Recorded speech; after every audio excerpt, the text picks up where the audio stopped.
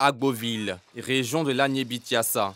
Les populations font face à une pénurie d'eau depuis plus d'une semaine maintenant. L'activité clandestine des orpailleurs est la cause réelle de cette situation que traversent les habitants d'Agboville. Quand il y a une enfant même qui sont venus laver les moutons ici, ils ont dit qu'après avoir lavé ces bêtes-là, ils sont nagés dans cette eau.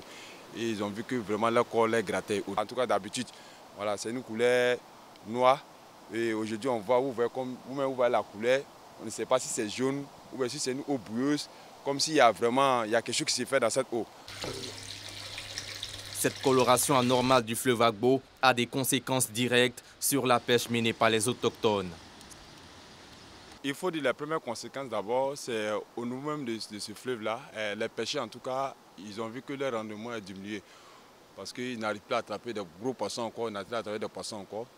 C'est la même coloration d'eau que les habitants d'Agboville recevaient ces jours-ci dans leur ménage. Par mesure, la desserte d'eau est interrompue par la SODECI. Voilà ça, il n'y a pas l'eau dedans, ils ouvrent jusqu'à les dernières choses. Voilà ça. Bon, ça fait maintenant 4 jours, hein. Ça fait 4 jours. Ça fait 4 jours qu'on n'a pas d'eau.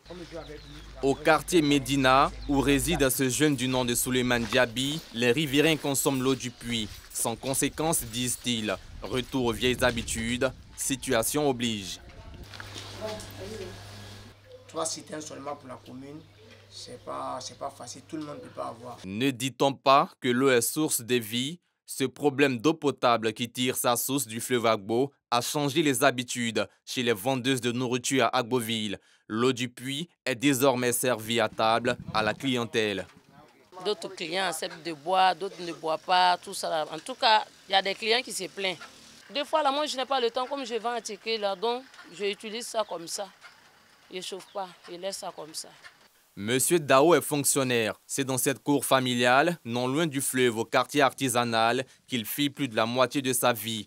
Les échanges avec lui ont permis de comprendre que le fleuve Agbo menace aussi les habitants de plusieurs quartiers ces dernières années en saison des pluies. Sur la route de Sokora où les voitures passent, avant ce coin c'était un trou. Maintenant c'est devenu une montagne. Donc l'eau n'a plus à passer correctement. Ça passait d'eau, Agbo a changé de... Sur l'eau, Agbo a changé de direction. Donc dès qu'il pleut, l'eau qui doit normalement partir revient vers les gens du quartier. Vous voyez? Donc Agbo a besoin d'être élargi, d'être creusé. Voilà. Puis tout dernièrement, avec les travaux de la citerne là, ils ont dû déposer 10 tonnes de béton au fond de l'eau. L'eau n'est pas partie, puisque c'est Agbo coule en bas, c'est pas en haut. Avec le truc qu'ils ont mis en bas, les bétons qu'ils ont mis en bas du pont là, quand Agbo vient, ça arrive jusqu'au niveau, à ce niveau-là, où la dame a arrêté là.